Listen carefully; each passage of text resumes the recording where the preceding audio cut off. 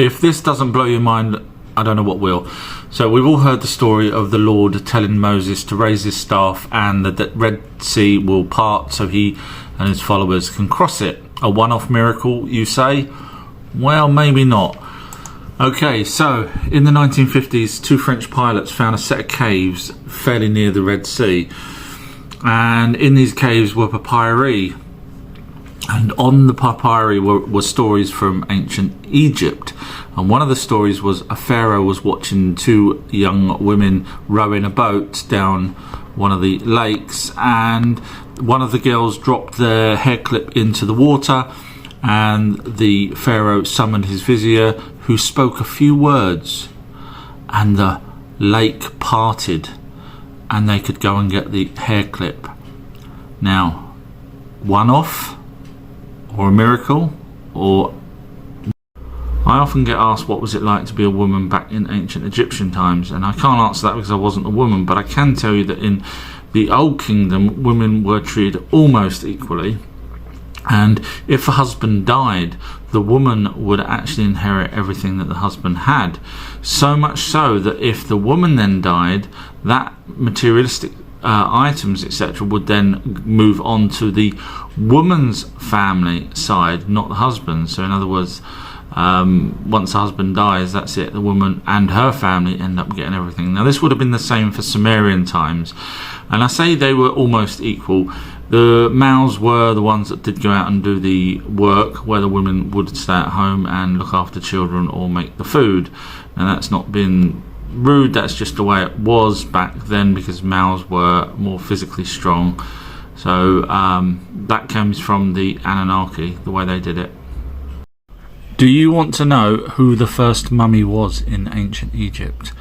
Well, it's someone we actually know, Osiris. Now this is a colourful representation of Osiris, but he was the one that was chopped up by Set, and Isis, which was his wife stroke half sister, actually bandaged him back together again. That's why you've got some bandages here.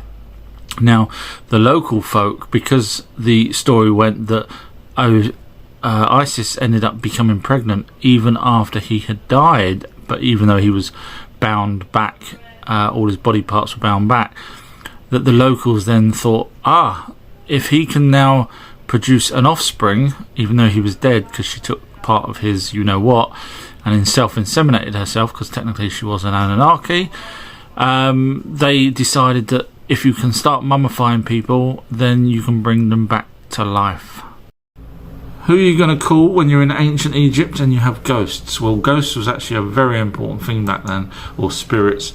Now, it wasn't just pharaohs that could actually try to communicate with the dead. It was everyday people.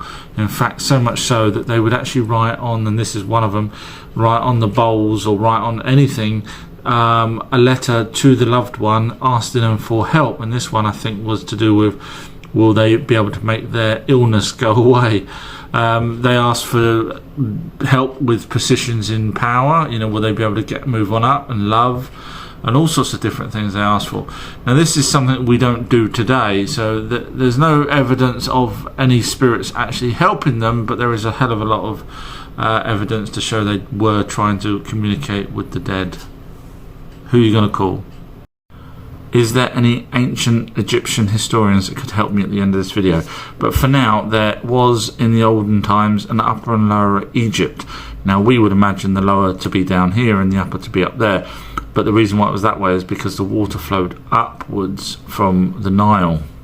Now each of those locations actually had their own hats.